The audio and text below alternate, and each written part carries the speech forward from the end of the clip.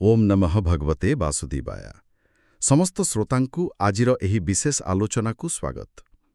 ଆଜି ଆମେ ଅତିବଡ଼ି ଜଗନ୍ନାଥ ଦାସଙ୍କର ଓଡ଼ିଆ ଭାଗବତରୁ ଗୋଟିଏ ବହୁତ ମହତ୍ତ୍ୱପୂର୍ଣ୍ଣ ଆଉ ମାର୍ମିକ ଅଂଶକୁ ଟିକେ ଗଭୀର ଭାବରେ ଦେଖିବା।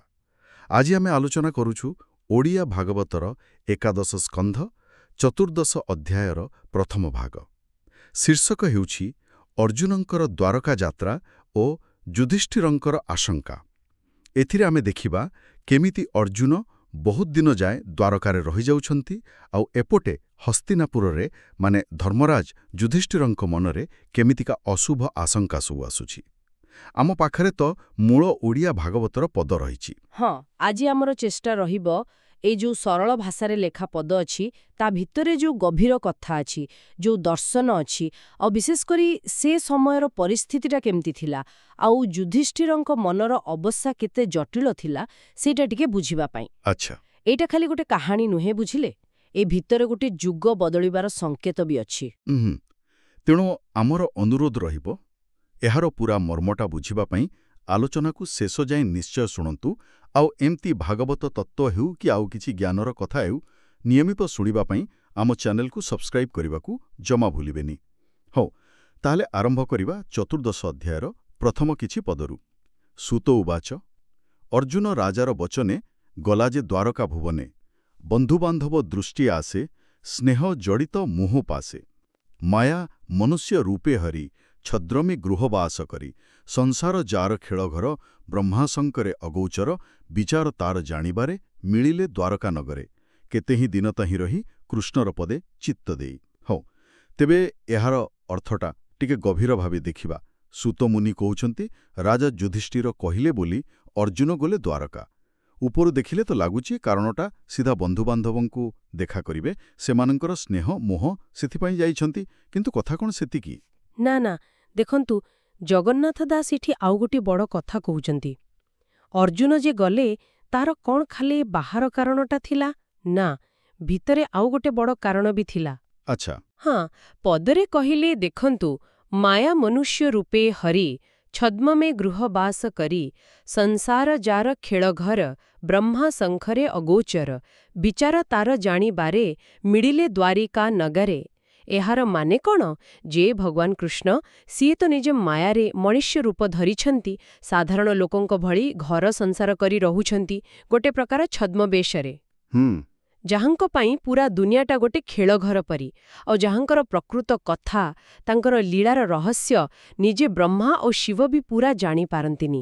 ସେଇ ପରମ ପୁରୁଷଙ୍କର ବିଚାର, ମାନେ ତାଙ୍କ ମନ ଭିତରେ କ'ଣ ଅଛି, ତାଙ୍କର ଇଚ୍ଛା କ'ଣ, ସେଇଟା ଜାଣିବା ପାଇଁ ବି ଅର୍ଜୁନ ଦ୍ୱାରକା ଯାଇଥିଲେ। ଓହୋ, ଏଇଟା ତ ବାସ୍ତବରେ ଗୋଟେ ଗଭୀର କଥା କହିଲେ। ମାନେ ଅର୍ଜୁନଙ୍କ ଯିବାଟା ଖାଲି ବନ୍ଧୁ ଦେଖା ନଥିଲା, ଗୋଟେ ପ୍ରକାର ଆଧ୍ୟାତ୍ମିକ ଜିଜ୍ଞାସା ବି ଥିଲା। ଏତେ ପାଖ ଲୋକ ହେଇକି ବି କୃଷ୍ଣଙ୍କର ସେ ମାୟା ମନୁଷ୍ୟ ଲୀଳାଟାକୁ ସେ ଆହୁରି ଭଲ ଭାବେ ବୁଝିବାକୁ ଚାହୁଁଥିଲେ। ଏକଦମ ଠିକ୍। ଆଉ ଶେଷ ଲାଇନରେ ଅଛି, କେତେହାଁ ଦିନା ତେହି ରହି, କୃଷ୍ଣର ପଦେ ଚିତ୍ତ ଦେଇ। ସେଠି ପହଞ୍ଚିଲେ, କିଛି ଦିନ ରହିଲେ, ଆଉ ପୁରା ମନ ଦେଇ, ପୁରା ଏକାଗ୍ର ହୋଇକି କୃଷ୍ଣଙ୍କ ପାଦରେ ନିଜକୁ ସମର୍ପି ଦେଲେ। ଏଇଟା ଖାଲି ଯାଇକି ସେଠି ରହିବା ନଥିଲା, ମନ ଆଉ ଆତ୍ମା ସ୍ତରରେ ଗୋଟେ ଗଭୀର ଯୋଗାଯୋଗ କରିବାର ଚେଷ୍ଟା ଥିଲା। ଏଇଥିପାଇଁ ତ ଅର୍ଜୁନଙ୍କର ଯାତ୍ରା ଏତେ ମହତ୍ତ୍ୱପୂର୍ଣ୍ଣ। ବହୁତ ବଢ଼ିଆ ଭାବେ ବୁଝେଇଲେ।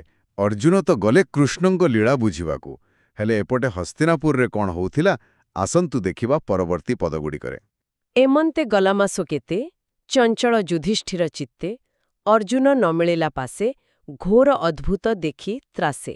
କାଳର ଗତି ବିପରୀତ, ଅଧର୍ମେ ପ୍ରାଣୀଙ୍କର ଚିତ୍ତ, ପାପ ଆଚାର କଲେ ଦମ୍ଭେ, ଯନ୍ତ୍ରିତ, କାମ କ୍ରୋଧ ଲୋଭେ, ମିତ୍ର ସୁହୃଦ୍ ଶଠମତି, ପିତାମାତା ଯେ ଭ୍ରାତା ଜାତି, ସ୍ୱାମୀ ଭାର୍ୟା ପୁତ୍ର ମିଳେ, ଧ୍ୱନି ସେ ଉଠେଇ କନ୍ଦଳେ, ନିରତେ ଅରିଷ୍ଟ ସୂଚକ, ପ୍ରକାଶ ହୋଇଲା ଅନେକ, ପାପ ପ୍ରକୃତି ପ୍ରାଣୀଙ୍କର, ଦେଖି ଚକିତ ନୃପବର, ଭୀମସେନକୁ ରାଇ ପାଶେ, କହନ୍ତି ଆତ୍ମାର ବିଶ୍ୱାସେ।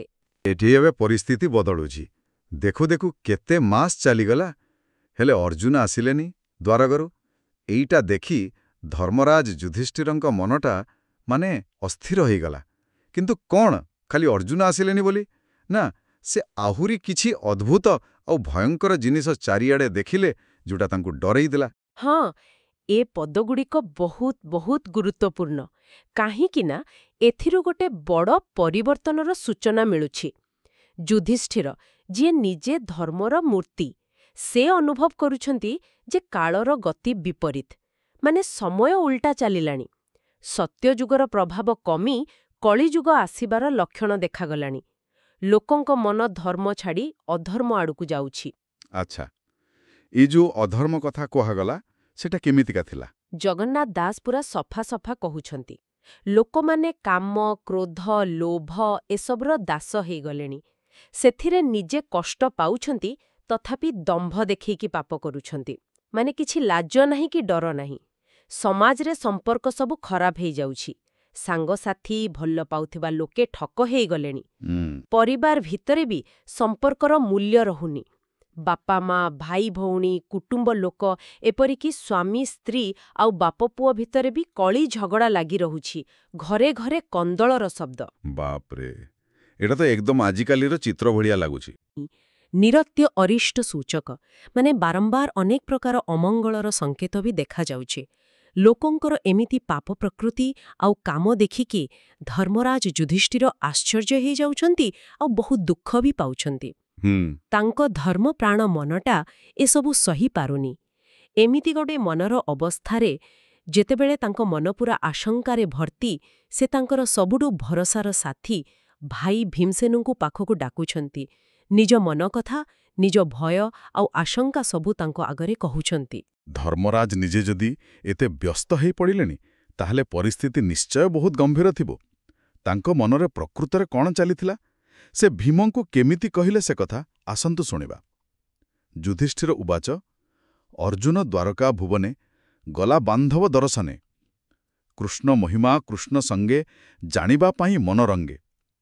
ଏବେ ଶପଥ ମାସ ଗଲା, ତେବେ ହେଁ ଅର୍ଜୁନ ନଇଲା, କିବା କେବଳ ବିପରୀତ, ତେଣୁ ଚଞ୍ଚଳ ମୋର ଚିତ୍ତ। କି ହେତୁ ମୋର ପାଶ ଛାଡ଼ି ଅର୍ଜୁନ ରହେ ଲୋଭ ବଢ଼ି, ଏହା ତ ଜାଣି ନ ପାରି ଭୟେ ବ୍ୟାକୁଳ ମୋର ଦେହି। ନାରଦ କହିଗଲେ ମୋତେ, ସେ କାଳ ହେଲା ବା ପ୍ରାପ୍ତେ, କ୍ରୀଡ଼ା ଶରୀରର ଉଚ୍ଛନ୍ନ, କିବା ଇଚ୍ଛିଲେ ଭଗବାନ, ହରିସେନା ଅପ୍ରମାଦେ ମୁଁ ଯେ ବସିଲି ରାଜପଦେ। ଦାରା ସମ୍ପଦ ପ୍ରାଣ ମୋର, ସର୍ବମଙ୍ଗଳ ଦାମୋଦର, ସକଳ ରାଜା ମୋର ପାଦେ, ଖଟନ୍ତି ଯାହାର ପ୍ରସାଦେ। ତାହାର ଭଲେ ଭଲ ମୋର, ସେ ହରି ଶରଣ ସୋଦର। ତ ଯୁଧିଷ୍ଠିର ଭୀମଙ୍କୁ ଏବେ ମନ ଖୋଲି କହୁଛନ୍ତି, ଦେଖ ଭୀମ, ଅର୍ଜୁନ ଗଲା ତ ବନ୍ଧୁବାନ୍ଧବଙ୍କୁ ଦେଖିବାକୁ, ଆଉ ବିଶେଷ କରି କୃଷ୍ଣଙ୍କ ସାଙ୍ଗରେ ରହି ତାଙ୍କ ମହିମା, ତାଙ୍କ ଲୀଳା ବିଷୟରେ ଜାଣିବାକୁ। ବଡ଼ା ଖୁସିରେ, ବଡ଼ା ଆଗ୍ରହରେ ଯାଇଥିଲା। କିନ୍ତୁ ଏବେ ଦେଖୁ ଦେଖୁ 7 ମାସ ବିତିଗଲାଣି, ସେ ତ ଏଯାଏ ଫେରିଲାଣି। ଏଠି ଦେଖନ୍ତୁ, ଯୁଧିଷ୍ଠିରଙ୍କ ଚିନ୍ତାର ପ୍ରକୃତ ଗଭୀରତା ଜଣାପଡ଼ୁଛି। ସେ କ'ଣ ଖାଲି ଅର୍ଜୁନ ଫେରିନି ବୋଲି ବ୍ୟସ୍ତ? ନା, ସେ ପଚାରୁଛନ୍ତି, କିବା କେବଳ ବିପରୀତ, ମାନେ କିଛି ଅମଙ୍ଗଳ ହେଇଗଲା କି? କିଛି ଖରାପ ଘଟଣା ଘଟିଗଲା କି? ସେଥିପାଇଁ ମୋ ମନ ଏତେ ଅସ୍ଥିର ହେଉଛି। ହଁ। ତାପରେ ଆଉ ଗୋଟେ କଥା ପଚାରୁଛନ୍ତି, ଯୋଉଟା ତାଙ୍କ ଦ୍ୱନ୍ଦ୍ୱକୁ ଦେଖଉଛି। କି ହେତୁ ମୋର ପାଶ ଛାଡ଼ି ଅର୍ଜୁନ ରହେ ଲୋଭ ବଢ଼ି? କୋଉ କାରଣ ପାଇଁ, କୋଉ ମୋହରେ ପଡ଼ି ଅର୍ଜୁନ ଆମକୁ ଛାଡ଼ି ଏତେ ଦିନ ହେଲା ଦ୍ୱାରକାରେ ଅଛି? ଏଇଟା ମୁଁ କିଛି ବୁଝିପାରୁନି। ଆଉ ଏଇ ଯୋଉ ଅଜଣା ଆଶଙ୍କା, ସେଥିରେ ମୋ ଦେହ ଭୟରେ ଥରୁଛି। କିନ୍ତୁ ଏ ଯୋଉ ଭୟ, ତାର ମୂଳ କାରଣଟା କ'ଣ? ଖାଲି ଅର୍ଜୁନ ଆସିନି ସେଟା, ନା ଆହୁରି କିଛି ଗଭୀର କଥା ଅଛି? ଏଇ ଜାଗାଟା ବିଶେଷ ଧ୍ୟାନ ଦେବାର ଅଛି। ଯୁଧିଷ୍ଠିର ଏବେ ନିଜ ଭୟର ପ୍ରକୃତ କାରଣ କହୁଛନ୍ତି। ସେ କହୁଛନ୍ତି, ନାରଦ କହିଗଲେ ମୋତେ, ସେ କାଳ ହେଲା ବା ପ୍ରାପ୍ତେ, କ୍ରୀଡ଼ା ଶରୀରର ଉଚ୍ଛନ୍ନ, କି ବା ଇଚ୍ଛିଲେ ଭଗବାନ। ଏହାର ମାନେ ହେଲା, ତାଙ୍କ ମନକୁ ଆସୁଛି ନାରଦ ମୁନି ଆଗରୁ ଯାହା କହିଥିଲେ। ଆଚ୍ଛା, ନାରଦ କ'ଣ କହିଥିଲେ? ନାରଦ ଆଗରୁ ସୂଚନା ଦେଇଥିଲେ ଯେ ଭଗବାନ ଶ୍ରୀକୃଷ୍ଣ ତାଙ୍କର ଏଇ ପୃଥିବୀର ଲୀଳା ଶେଷ କରିବେ। ତେଣୁ ଯୁଧିଷ୍ଠିର ଡରୁଛନ୍ତି, ସେଇ ସମୟଟା କ'ଣ ଆସି ପହଞ୍ଚିଗଲା? ଭଗବାନ କ'ଣ ନିଜର ଏଇ ଯୋଉ ମଣିଷ ଶରୀର, ଯୋଉଟା ତାଙ୍କ ପାଇଁ ଗୋଟେ ଲୀଳା ବା କ୍ରୀଡ଼ା ଶରୀର ମାତ୍ର, ତାକୁ ଛାଡ଼ିଦେବାକୁ ଇଚ୍ଛା କଲେଣି? ଏଇଟା ହିଁ ହେଉଛି ତାଙ୍କର ସବୁଠୁ ବଡ଼ ଭୟ। ବାପରେ, ତାପରେ ସେ ଯାହା କହୁଛନ୍ତି, ସେଥିରୁ ତ କୃଷ୍ଣା କେତେ ମହତ୍ତ୍ୱପୂର୍ଣ୍ଣ ଥିଲେ ସେମାନଙ୍କ ପାଇଁ, ସେଟା ଆହୁରି ଜଣାପଡ଼ୁଛି। ନିଶ୍ଚୟ ପାଣ୍ଡବମାନେ କୃଷ୍ଣଙ୍କ ଉପରେ କେତେ ନିର୍ଭର କରୁଥିଲେ, କେତେ ଅତୁଟ ବିଶ୍ୱାସ ଥିଲା, ସେଇଟା ଏଥିରୁ ଜଣାପଡ଼ୁଛି। ଯୁଧିଷ୍ଠିର ବହୁତ ବିନୟ ଭାବରେ ମାନୁଛନ୍ତି, ହରି ସେନେହ ଅପ୍ରମାଦେ ମୁଁ ଯେ ବସିଲି ରାଜପଦେ, ମାନେ କେବଳ ଭଗବାନ ହରିଙ୍କର ଅସୀମ ସ୍ନେହ ଆଉ କୃପା ପାଇଁ ହିଁ ମୁଁ ଆଜି ଏ ରାଜା ହେଇଛି, ଏ ସିଂହାସନରେ ବସିଛି। ଆଉ ଖାଲି ରାଜପଦ କାହିଁକି, ଦାରା ସମ୍ପଦ ପ୍ରାଣ ମୋର, ସର୍ବମଙ୍ଗଳ ଦାମୋଦର। ମୋର ସ୍ତ୍ରୀ, ମୋର ସବୁ ସମ୍ପତ୍ତି, ମୋର ରାଜ୍ୟ, ଏପରିକି ମୋ ନିଜ ଜୀବନ, ଏ ସବୁର ମଙ୍ଗଳ କେବଳ ସେଇ ଦାମୋଦର ଶ୍ରୀକୃଷ୍ଣଙ୍କ ପାଇଁ ହିଁ ହେଇଛି। ଆଜି ଯେତେ ରାଜା ମୋ କଥା ମାନୁଛନ୍ତି, ମୋ ଅଧୀନରେ ଅଛନ୍ତି, ସେଇଟା ବି କେବଳ କୃଷ୍ଣଙ୍କର ଆଶୀର୍ବାଦରୁ। ତାହେଲେ ଏଇଟା ଖାଲି ରାଜନୀତି କି ବ୍ୟକ୍ତିଗତ ସମ୍ପର୍କର କଥା ନୁହେଁ। ଏଇଟା ଦେଖଉଛି ଯେମିତି ଭଗବାନଙ୍କ ବିନା ଦୁନିଆର ସବୁ ସଫଳତା ଅସାରା, ଏମିତି ଗୋଟେ ଦାର୍ଶନିକ ସତ୍ୟ। ଏକଦମ ଠିକ୍ କହିଲେ। ଏଇଟା ଗୋଟେ ଗଭୀର ଆଧ୍ୟାତ୍ମିକ ସତ୍ୟ। ସେଥିପାଇଁ ତ ଯୁଧିଷ୍ଠିର ଶେଷରେ କହୁଛନ୍ତି, ତାହାର ଭଲେ ଭଲ ମୋର, ସେ ହରିଶରଣ ସୋଦର। ଅର୍ଥାତ୍ କୃଷ୍ଣଙ୍କର ଯଦି ଭଲ ହବ, ତେବେ ଯାଇ ମୋର ଭଲ। ଯଦି ତାଙ୍କର କିଛି ଅମଙ୍ଗଳ ହୁଏ, ତାହେଲେ ମୋର ସବୁ ଶେଷ। କାହିଁକିନା ସେଇ ହରି ହେଉଛନ୍ତି ଶରଣାଗତର ଭାଇ ପରି, ଶରଣ ସୋଦର। ସେହି ଆମର ଏକମାତ୍ର ରକ୍ଷାକର୍ତ୍ତା, ଆମର ଆଶ୍ରୟ। ଏଥିରୁ ପାଣ୍ଡବମାନଙ୍କର କୃଷ୍ଣଙ୍କ ପ୍ରତି ଥିବା ସମ୍ପୂର୍ଣ୍ଣ ସମର୍ପଣ ଭାବ ଆଉ ଅଗାଧା ବିଶ୍ୱାସ ଜଣାପଡ଼ୁଛି। ବାସ୍ତବିକ ଏକଥା ଶୁଣିଲେ ଦେହ ଶୀତେଇ ଯାଉଛି। ଯୁଧିଷ୍ଠିରଙ୍କ ପ୍ରତିଟି କଥାରୁ ତାଙ୍କର ଆନ୍ତରିକତା, କୃଷ୍ଣଙ୍କ ପାଇଁ କେତେ ଗଭୀର ଭକ୍ତି ଆଉ ନିର୍ଭରଶୀଳତା ଥିଲା, ସେଇଟା ସ୍ପଷ୍ଟ ଜଣାପଡ଼ୁଛି।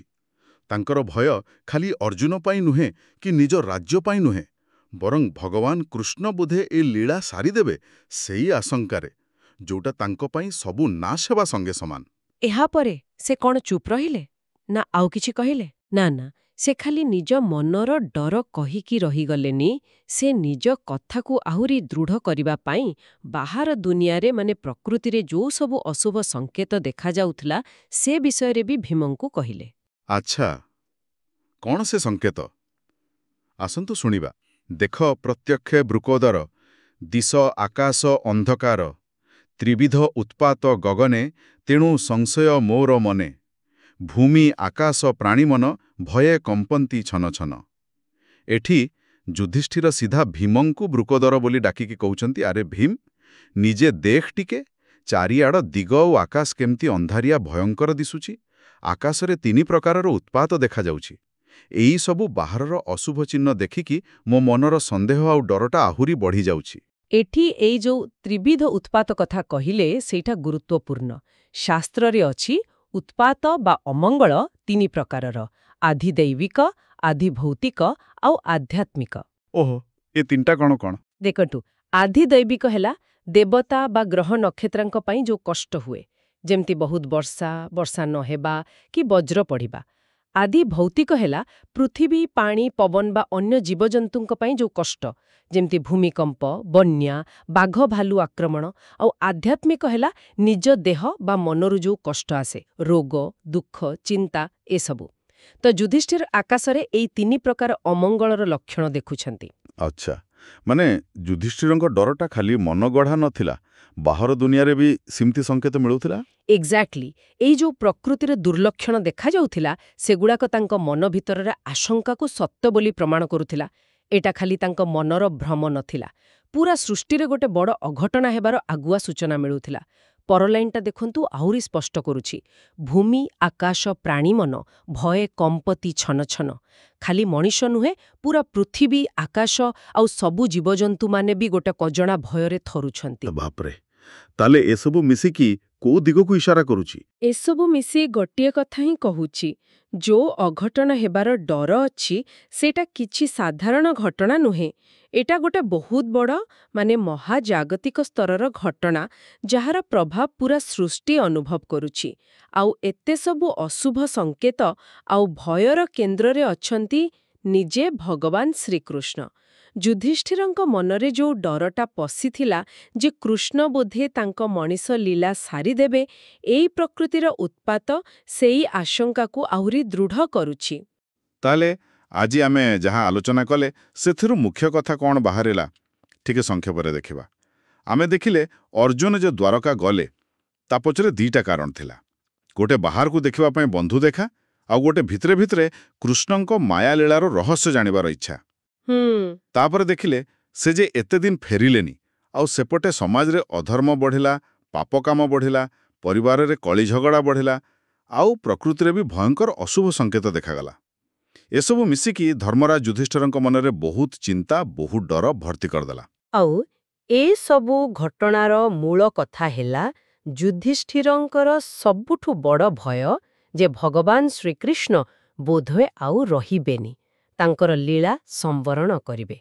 एइटा खाली जणे राजार निज राज्य बा परिवार पई चिंता नुहे, एइटा देखौछि केमिति सेई परम सत्तांकर पृथ्वी रे उपस्थिति पूरा दुनियार संतुलन, समाजर नीति नियम आउ लोकंक मनकु केते गभीर भावे प्रभावित करे। कृष्ण तो थिले पांडवमानंक पई सबु किछि आलुओ, रास्ता देखाइबा लोक, शक्ति सबु। से जदि न रहिबे एई भावनाटा ही पूरा सृष्टि को गोटे अजणा भयरे बुड़ेई दउछि। वास्तविक बहुत गभीर आउ चिंता करिबा भलिया कथा। आज तो आमे चतुर्दश अध्यायर प्रथम भाग आलोचना कले। ए जो अशुभ संकेत सब देखागला सेगुड़ाक प्रकृति रे को बड़ अघटनर सूचना दउछि। कृष्णंकर लीला शेष होला परे पांडव मानंकर कौन हबो, पूरा दुनियार भाग्य कौन हबो, ए सब प्रश्नर उत्तर आमे आगकु जेबे आलोचना करिबा सेतिरे खोजिबा। हाँ, आउ एठी श्रोता मानंक पय भी गोटे चिंता करिबा कथा रही जाउछि। आम निज जीवन रे हेउ कि समाज रे हेउ, जेतेबेले आमे धर्म रास्तारू दूरेई जाऊ, जेतेबेले आमकु ठीक रास्ता देखाइबकु केही नथांती बा से आलुअर अभाव लागे, सेतेबेले आम अवस्था कौन युधिष्ठिरंक से समयर डर भलिया हुए निकी?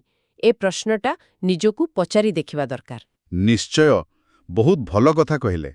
तबे यही गभीर आलोचना विषय निजर मतामत आमकु कमेंट बॉक्स रे ओम नमः भगवते वासुदेवाय लेखि जणाई परिबे।